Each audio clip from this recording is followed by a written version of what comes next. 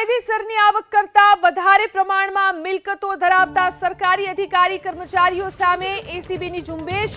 અમદાવાદ મહાનગરપાલિકાના એસ્ટેટ વિભાગના ward inspector Sunil Rana સામે અપ્રમાણસર મિલકતનો ગુનો દાખલ। 306% કરતા વધુ મિલકત સાથે 2,75,18,000 મિલકત હોવાનો ઘટસ્ફોટ। 2010 થી 2020 સુધીના 10 વર્ષમાં સુનિલ કુમારની પગારની આવક 65,41,000 થઈ હતી, જેની સામે તેમણે 2,75,00,000ની અપ્રમાણસર મિલકતો વસાવી, જેમાં પત્ની અને દીકરીના નામે 3 મકાન, રૂપિયા 1,50,00,000ની ફિક્સ ડિપોઝિટનો સમાવેશ થાય છે। સુગડ ગામમાં બાલાજી અગોરાની સ્કીમમાં પત્ની મનીષા રાણાના નામે વર્ષ 2014માં 16 લાખની કિંમતનો ફ્લેટ, વૈષ્ણોદેવી વિસ્તારમાં જસ્મીન ગ્રીન ફ્લેટમાં C503 પણ પત્ની મનીષા રાણાના નામે વર્ષ 2019માં 19.85 લાખની કિંમતે ખરીદ્યો।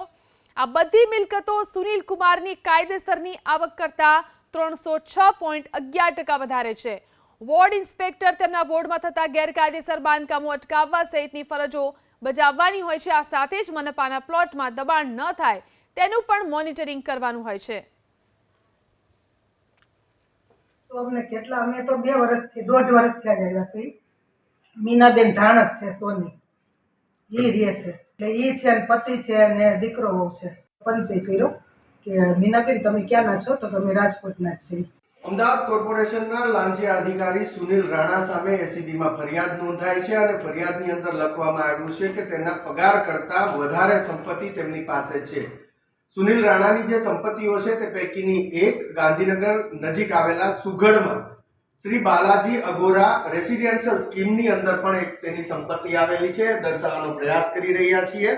F2 બ્લોકની અંદર 9 નંબરનો ફ્લેટ છે, એ એમનો છે અને ઘણા લાંબા સમયથી એ ભાડે આપેલો છે। આસપાસના લોકો સાથે વાત કરતા ખબર પડી કે એક ફેમિલી રાજકોટનું છે જે અહીંયા ઘણા લાંબા સમયથી ભાડે રહે છે। જે વિગત આ સંપત્તિની છે તો એસીબીએ નોંધેલી ફરિયાદ પ્રમાણે 2018માં આ સંપત્તિ લગભગ 16 લાખ કરતા પણ વધારેની કિંમતની તેમણે લીધી હોય તેવું જાણવા મળી રહ્યું છે। અને બીજી તરફ ઘણા સમયથી આ ભાડે પણ ચડાવેલું છે, એટલે એનું ભાડું પણ તે લે છે। સુનિલ રાણાના પત્નીના નામે આ ફ્લેટ છે, મનીષા રાણાના નામે આ ફ્લેટ છે।